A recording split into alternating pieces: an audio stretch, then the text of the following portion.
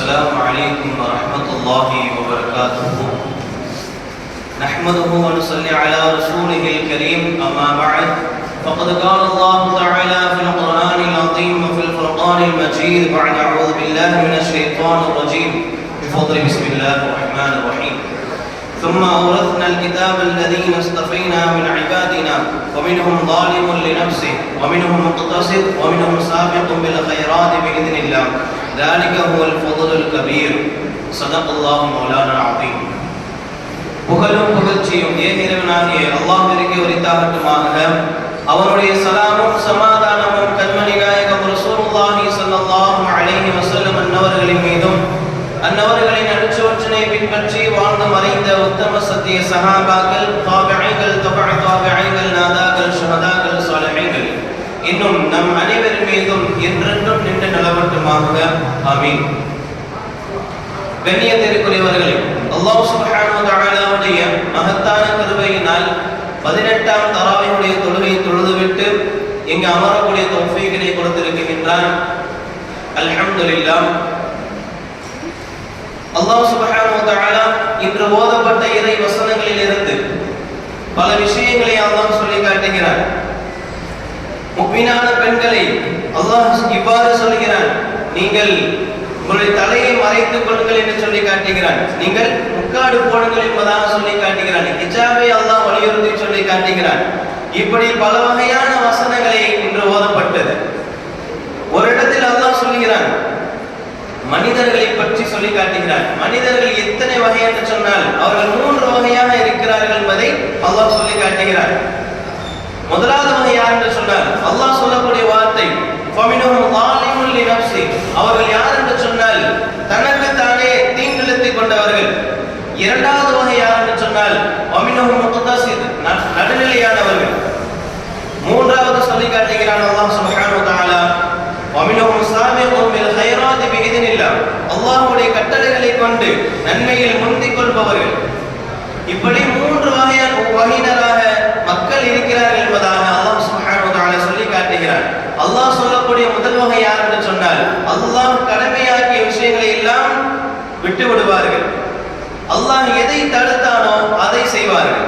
இவர்கள் தான் தனக்குத்தானே தீங்கிழைத்துக் கொண்டவர்கள். இரண்டாவது தரப்பு யார் என்று சொன்னால் அல்லாஹ் யாரை சொல்கிறார் என்று சொன்னால் அவர்கள் அல்லாஹ் எதை ஃபர்லாக ஆக்கினானோ, எதை கட்டாய கடமையாக ஆக்கினானோ அதை மட்டும் செய்பவர்கள். தவற்றிலிருந்து தவிர்த்து கொள்பவர்கள், பாவத்திலிருந்து தவிர்த்து கொள்வார்கள். மேலதிகமான எந்த ஒரு அமலும் அவரிடத்தில் இருக்காது. இவர்களை தான் அல்லாஹ் சுப்ஹானஹு வ தஆலா நடுநிலையானவர்கள் என்று சொல்லி காட்டுகிறார். மூன்றாவது நிலை யார் என்று சொன்னால் அவர்கள் அல்லாஹ் எதை கடமையாக்கினானோ அதை மட்டும் செய்யாமல், அதோடு இல்லாமல் நஃபிலான வணக்கங்கள் மீதும் அதன் மீது கவனம் செலுத்துவார்கள். இவர்கள் தான் மூன்றாவது தரப்பினர் என்பதாக அல்லாஹ் சொல்லி காட்டுகிறார். இந்த 3 தரப்பிலும் எந்த வகை இந்த உலகத்திலும் நாளை மறுமையில் சிறந்த ஒரு சுபட்சமான ஒரு அந்தஸ்தை பெற்றுத்தரும் என்று சொன்னால் மூன்றாவது வகைதான். நன்மைகளில் முந்தி செல்வதில் தான் இந்த உலகத்திலும் நாளை மறுமையிலும் சுபட்சமான ஒரு வாழ்க்கையை பெற்றுத்தரும். அல்லாஹ்விடத்தில் மிக சிறந்த ஒரு அந்தஸ்தை பெற்றுத்தரக்கூடிய ஒரு விஷயம் இருக்கிறது என்று சொன்னால் அது நன்மைகளில் முந்துவதுதான்.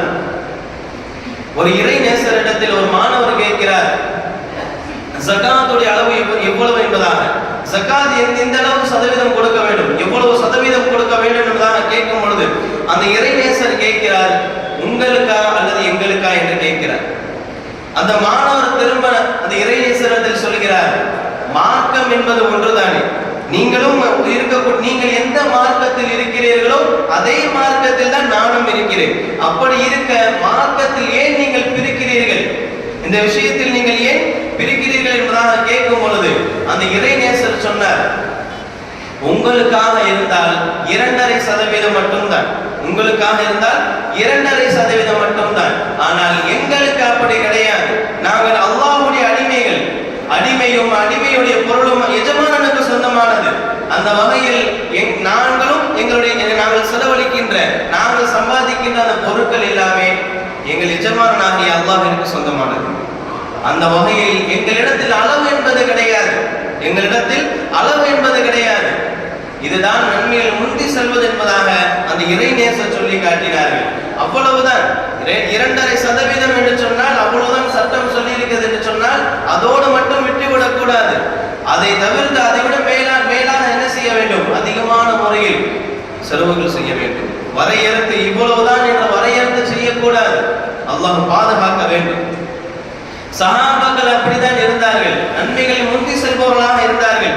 நபிமார்களுக்கு பிறகு இந்த உலகத்தில் நல்லவர், சிறந்தவர், அந்தஸ்தில் மிக உயர்ந்தவர் என்று சொன்னால் ஹஜ்ரத் அபூபக்கர் சித்திக் ரலியல்லாஹு அவர்கள் தான். காரணம், அந்த அளவிற்கு நன்மையில் முந்துபவர்களாக இருந்தார்கள். நபி ஸல்லல்லாஹு அலைஹி வஸல்லம் அவர்கள் தபூக் யுத்தத்திற்காக வேண்டி நிதி திரட்டுகிறார்கள். ஹஜ்ரத் உமர் ரலியல்லாஹு நினைக்கிறார்கள் எல்லா நன்மைகளிலும் ஹஜ்ரத் அபூபக்கர் சித்திக் ரலியல்லாஹு அவர்கள் முந்தி விடுகிறார்கள். இந்த இடத்தில் இந்த நேரத்தில் நான் அவர்களை முந்திவிட வேண்டும். இந்த விஷயத்திலாவது இந்த நிகழ்விலாவது நான் என்ன செய்து விட வேண்டும்? ஹஜ்ரத் அபூபக்கரை நான் முந்திவிட வேண்டும் என்பதாக உமர் ரலியல்லாஹு அவர்கள் நினைத்து தன் வீட்டில் வைத்திருந்த பொருட்களில் பாதி எடுத்து வந்து நபியிடத்தில் கொடுக்கிறார்கள். தபூக் யுத்தத்திற்காக, அந்த நீதிக்காக வேண்டி கொடுக்கிறார்கள், நிதிக்காக வேண்டி. நபி ஸல்லல்லாஹு அலைஹி வஸல்லம் அவர்கள் கேட்கிறார்கள், உங்கள் வீட்டில் எதை விட்டு வந்தீர்கள் என்று கேட்கும் பொழுது உமர் ரலியல்லாஹு சொல்லி காட்டினார்கள், யா ரசூலல்லாஹ், பாதியை விட்டு வந்தேன். அவருடன் இருந்த பொருட்களில் பாதியாக பிரித்து அதில் ஒரு பாதியை இந்த நிதிக்காக வேண்டி கொடுக்கிறார்கள், மற்றொரு பாதியை வீட்டில் வைத்து விட்டு வருகிறார்கள். இதே நேரத்தில் ஹஜ்ரத் அபூபக்கர் சித்திக் ரலியல்லாஹு வருகை தருகிறார்கள்.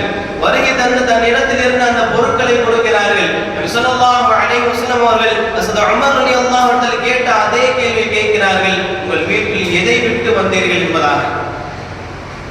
ஆனால் ஹஜ்ரத் அபூபக்கர் சித்திக் ரலியல்லாஹு சொன்ன பதில் மிகவும் ஆச்சரியத்திற்குரியது. ஹஜ்ரத் அபூபக்கர் சித்திக் ரலியல்லாஹு சொல்லி காட்டினார்கள், யா ரசூலல்லாஹ், நான் அல்லாஹ்வின் ரசூலை மட்டும் தான் விட்டு வைத்தேன் வீட்டில் என்பதாக சொல்லி காட்டுகிறார்கள். இதனை கேட்ட ஹஜ்ரத் உமர் ரலியல்லாஹு சொல்லி காட்டினார்கள், யா அபூபக்கர், எந்த நன்மைகளிலும் உங்களை நான் முந்திவிட முடியாது என்பதாக சொல்கிறார்கள். ஒருபோதும் முந்திவிட முடியாது என்பதாக சொல்லி காட்டினார்கள். இப்படி பல விஷயங்களில் ஹஜ்ரத் அபூபக்கர் சித்திக் ரலியல்லாஹு அவர்கள் நன்மைகள் முந்துபவர்களாக இருந்தார்கள். ஒரு நாள் நபி ஸல்லல்லாஹு அலைஹி வஸல்லம் அவர்கள் சஹாபாக்களிடத்தில் சொல்கிறார்கள், குர்ஆன் எப்படி இறங்கியதோ அதே விதத்தில் நீங்கள் கேட்க வேண்டும் என்று நினைத்தால், உங்கள் காதுகளில் அதை செவிமடுக்க வேண்டும் என்று நீங்கள் நினைத்தால், விரும்பினால் என்ன செய்யுங்கள்? இப்னு மஸ்ஊத் ரலியல்லாஹு அன்ஹு சென்று கேளுங்கள் என்பதாக நபி அவர்கள் சொல்லும் பொழுது ஹஜ்ரத் அபூபக்கர், ஹஜ்ரத் உமர் இரு சஹாபாக்களும் அங்கே அமர்ந்திருக்கிறார்கள். உமர் ரலியல்லாஹு அவர்கள் இந்த சுப செய்தியை இப்னு மஸ்ஊத் ரலியல்லாஹு அன்ஹு சொல்லிவிட வேண்டும் என்பதாக வேகமாக செல்கிறார்கள்.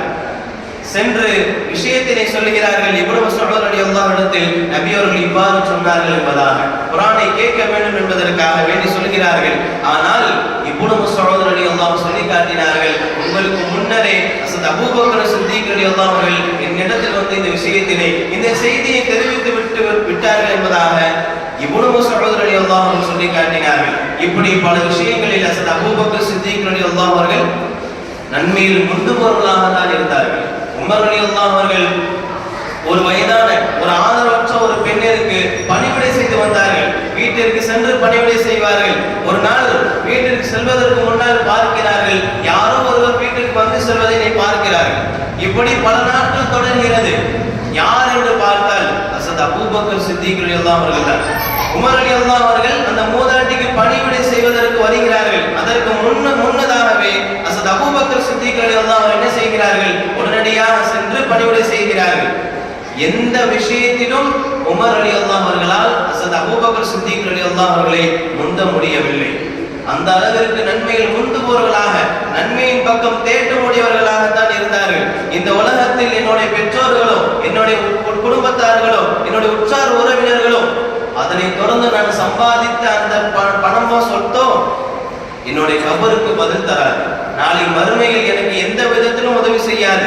எது எனக்கு உதவி செய்யும் என்று சொன்னால் நான் செய்த அமல் மட்டும்தான். கபரிலும் எனக்கு நான் செய்த அமல் மட்டும்தான் எனக்கு பதில் தரும், எனக்கு பலன் தரும். வேறு எதுவும் பலன் தராது. அந்த வகையில் உணர்ந்தவர்கள் சஹாபாக்கள் ஹஜ்ரத் அபூபக்கர் சித்திக் ரலியல்லாஹு அவர்கள். ஹஜ்ரத் அபூபக்கர் சித்திக் ரலியல்லாஹு அவர்கள் மட்டுமா இப்படி இருந்தார்களா என்று கேட்டால் அவ்வாறு அல்ல. எல்லா சஹாபாக்களும் அப்படித்தான் இருந்தார்கள். எல்லா சஹாபாக்களும் 100% முந்துபவர்களாக இருந்தார்கள் என்று சொன்னால் ஹஜ்ரத் அபூபக்கர் சித்திக் ரலியல்லாஹு அவர்கள் 200% முந்துபவர்களாக இருந்தார்கள். அதனால் தான் எல்லா மக்களுக்கும் முதன்மையானவர்களாக நபிமார்களுக்கு பிறகு ஒரு சிறந்தவர் இந்த உலகத்தில் இருக்கிறார் என்று சொன்னால் அபூபக்கர் சித்திக் ரலியல்லாஹு என்ற பெயர் அதன் காரணமாகத்தான் வந்தது. அந்த அளவுக்கு சிறந்தவர்களாக இருந்தார்கள் சஹாபாக்கள். எல்லா சஹாபாக்களும் அப்படித்தான் இருந்தார்கள். உஹதுடைய போர் நடக்கிறது. அந்த போரில் ஹம்ஸா ரலியல்லாஹு அன்ஹு அவர்கள் ஷஹீதாக்கப்படுகிறார்கள். மிக கொடூரமான முறையில் ஷஹீதாக்கப்படுகிறார்கள். இந்த யுத்தத்திற்கு பிறகு ஹம்ஸா ரலியல்லாஹு அன்ஹு அவருடைய மகள் நபி ஸல்லல்லாஹு அலைஹி வஸல்லம் அவர்கள் பின்னால் ஓடோடி வருகிறார்கள். சின்ன பொண்ணுதான், சிறுமி. இதனை பார்த்த ஹஸரத் அலி ரலியல்லாஹு அவர்கள் அந்த சிறுமியை அழைத்துக் கொண்டு ஃபாத்திமா ரலியல்லாஹு அவர்கள் அழைத்து செல்கிறார்கள். அழைத்து சென்று சொல்கிறார்கள், இந்த சிறுமியை, இந்த பெண்ணை நாம் வளர்த்துக் கொள்ளலாம், நாமே வைத்துக் கொள்ளலாம், வளர்த்துக் கொள்ளலாம் என்பதாக சொல்லும் பொழுது அருகில் இருந்த ஸைத் ரலியல்லாஹு அவர்களும் ஜஅஃபர் ரலியல்லாஹு அவர்களும் போட்டி போட்டார்கள், நான் தான் வளர்ப்பேன், நான் தான் வளர்ப்பேன் என்பதாக. இதே சமயத்தில் நாம் தெரிந்து கொள்ள வேண்டிய விஷயம் என்ன தெரியுமா? நபி ஸல்லல்லாஹு அலைஹி வஸல்லம் அவர்கள் வருகை தந்து அவர்கள் இஸ்லாத்தின் பக்கம் எல்லா மக்களையும் அழைத்து சஹாபாக்களை அவர்கள் மிக கொடூரர்களாக இருந்தார்கள், அவர்களை எல்லாம் இரக்கமுள்ளவர்களாக ஆக்கி கொடுத்து இதன் பிறகுதான் இந்த நிகழ்ச்சி எல்லாம் நடக்கிறது. இந்த நிகழ்ச்சியில் எவ்வளவு ஒரு பெண்ணை வளர்ப்பதற்கு, ஒரு சிறுமியை வளர்ப்பதற்கு இப்படி எல்லாம் போட்டி போட்ட இதே சஹாபாக்கள் தான் நபி அவர்கள் வருவதற்கு முன்பதாக எப்படி இருந்தார்கள் தெரியுமா? பெண் குழந்தை பெற்றாலே, பெண் குழந்தை பிறந்தாலே முகத்தை சுளித்துக் கொள்வார்கள். பெண் குழந்தை பிறந்தாலே அது உயிரோடு புதைத்து விடுவார்கள். இந்த அளவிற்கு கொடூரமாக இருந்தவர்கள் தான். அதன் பின்பதாக நபி ஸல்லல்லாஹு அலைஹி வஸல்லம் வந்து அவர் என்ன செய்தார்கள்? மூதாதையருடைய இந்த பழக்க வழக்கங்களை எல்லாம் காலில் போட்டு மிதித்து விட்டார்கள் நபி ஸல்லல்லாஹு அலைஹி வஸல்லம் அவர்கள். இந்த அளவிற்கு இரக்கமுள்ளவர்களாக ஆக்கியது நபி அவர்கள் தான். நபி ஸல்லல்லாஹு அலைஹி வஸல்லம் அவர்கள் இந்த போட்டி போடக்கூடிய அவர்களுக்குள் அந்த சண்டை நடக்கிறது, நான் தான் வளர்ப்பேன் என்பதாக. இந்த நிகழ்ச்சியில் நபி ஸல்லல்லாஹு அலைஹி வஸல்லம் அவர்கள் வருகை தந்து சொல்கிறார்கள், ஜஅஃபர் ரலியல்லாஹு அவருடைய மனைவி இந்த பெண்ணுடைய சிறிய அன்னையாக இருக்கிறார்கள்.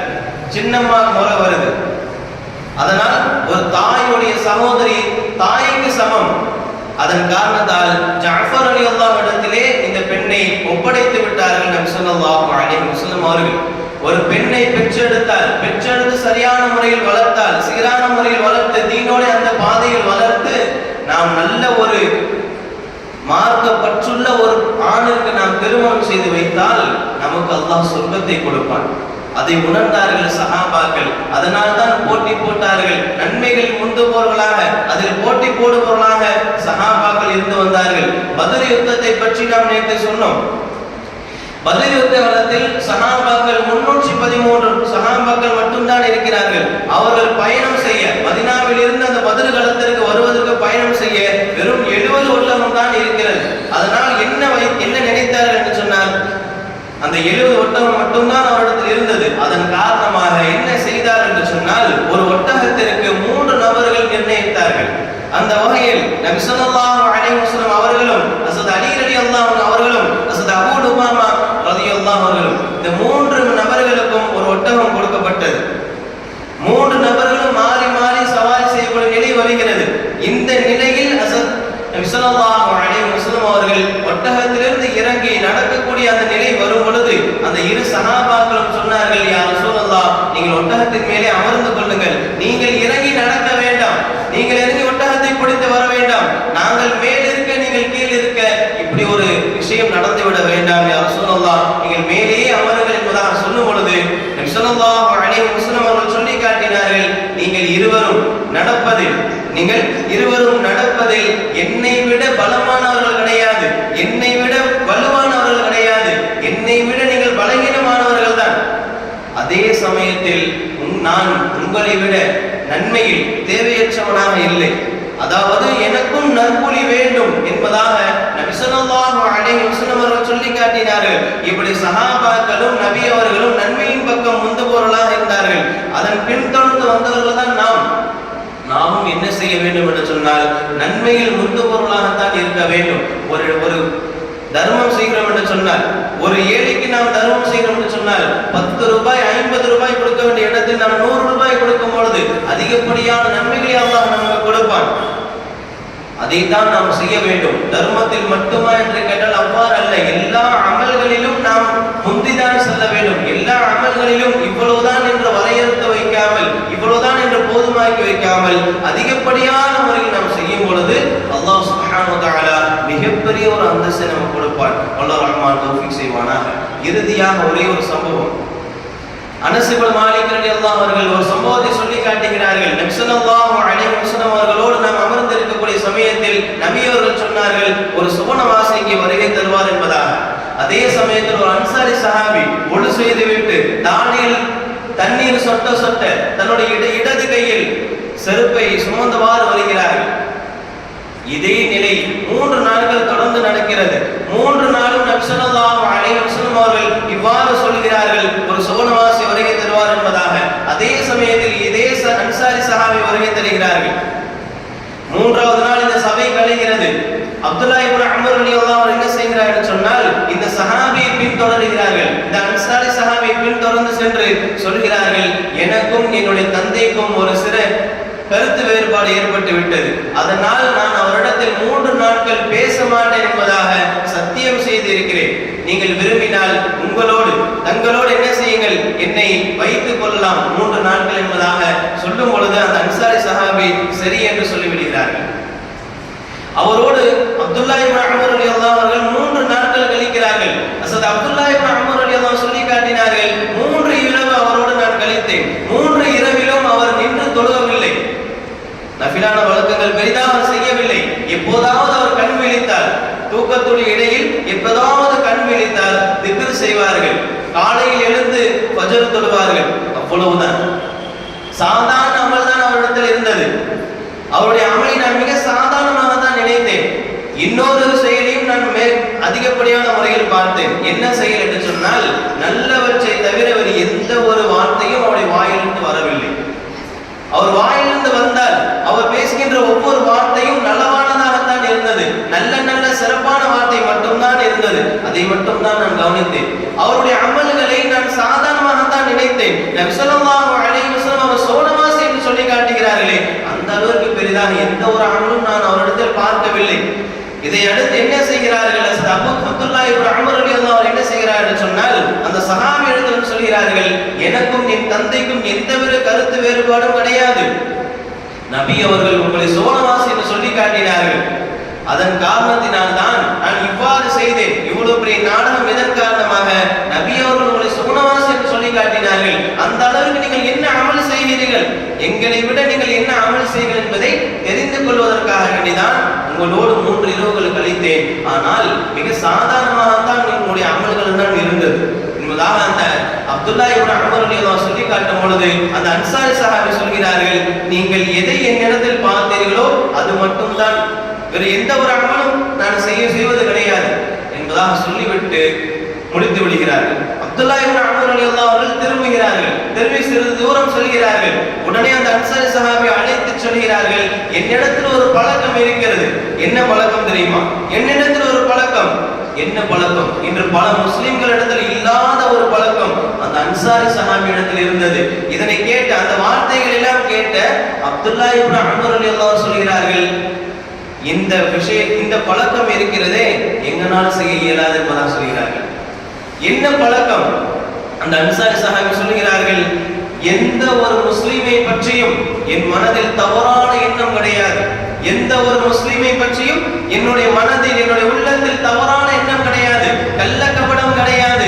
அதே சமயத்தில் அல்லாஹ் சுப்ஹானஹு வ தஆலா யாருக்காவது பாக்கியங்களை கொடுத்திருந்தால், தனிப்பட்ட முறையில் பாக்கியங்களை கொடுத்திருந்தால், அந்தஸ்துகளை உயர்வுகளை கொடுத்திருந்தால், அவர்கள் மீது நான் ஒருபோதும் பொறாமைப்பட மாட்டேன். இவ்வளவுதான் என்னுடைய பழக்கம் என்று சொல்லும் பொழுது அப்துல்லாஹ் இப்னு அம்ர் ரலியல்லாஹு சொல்லி காட்டினார்கள், நீங்கள் சுவனத்தை அடைந்ததற்கு, சுவனம் என்ற அந்த பதவி அடைந்ததற்கு இந்த ஒரு பழக்கம் மட்டும்தான் காரணம். ஏனென்று சொன்னால், இந்த செயலை எங்களால் செய்ய இயலாது என்பதாக அப்துல்லாஹ் இப்னு அம்ர் ரலியல்லாஹு சொல்லி காட்டினார்கள். ஒரு முஸ்லிமை பற்றி நம்முடைய மனதில் தவறான எண்ணத்தில் வைக்க கூடாது. அவர் தவறானவராகவே இருந்தாலும் கூட நம்முடைய மனதில் இவர் தவறானவர், இவர் பாவமான செயல் செய்யக்கூடியவர் என்பதாக எந்த ஒரு எண்ணத்தையும் நம்முடைய மனதில் வைத்து விடக்கூடாது. அப்படி வைக்கிற பொழுது அவர் அந்த தவற்றிலிருந்து உணர்ந்து விடுவார், அந்த தவற்றில அவர் தௌபா செய்து விடுவார். ஆனால் நம்முடைய மனதில் அவரை பொறுத்தவரை தவறானவர் என்ற எண்ணம் நினைத்துக் கொண்டேதான் இருப்போம். அல்லாஹ் பாதுகாக்க வேண்டும். இந்த ஒரு காரணத்தினால்தான் அந்த அன்சாரி சஹாபி அல்லாஹ்விடத்தில் சோனத்தை பெற்றுக் கொண்டார்கள். அதே எண்ணம் நம்மிடத்தில் இருக்க வேண்டும். எந்த ஒரு முஸ்லிமை பற்றியும் நம்முடைய மனதில் தவறான எண்ணம் விதைத்து விடக்கூடாது.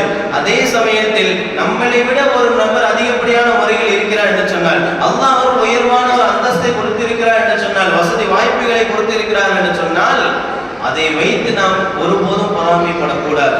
இந்த இரு செயல்களை வைத்து அல்லாஹ் சோனத்தை வைத்திருக்கிறான் என்று சொன்னால் நாம் இந்த விஷயத்தில் கவனம் கொள்ள வேண்டும். அல்லாஹ் சுப்ஹானஹு வ தஆலா நன்மைகளை உண்டக்கூடிய தௌஃபீக்கினை கொடுப்பானாக. எந்த ஒரு முஸ்லிமை பற்றியும் தவறாக எண்ணாமல் இருக்கக்கூடிய தௌஃபீக்கினை கொடுப்பானாக. பொறாமை விட்டு முழுமையாக பாதுகாத்து தந்தவர் புரிவானாக. வாஹிரு தஅவானா அல்ஹம்துலில்லாஹி ரப்பில் ஆலமீன். அஸ்ஸலாமு அலைக்கும் வ ரஹ்மத்துல்லாஹி வ பரகாத்துஹு. சுப்ஹானல்லாஹி வ பிஹம்திஹி சுப்ஹானல்லாஹி வ பிஹம்திஹி அஷ்ஹது அன் லா இலாஹா இல்லா அன்த அஸ்தக்ஃபிருக வ அத்தூபு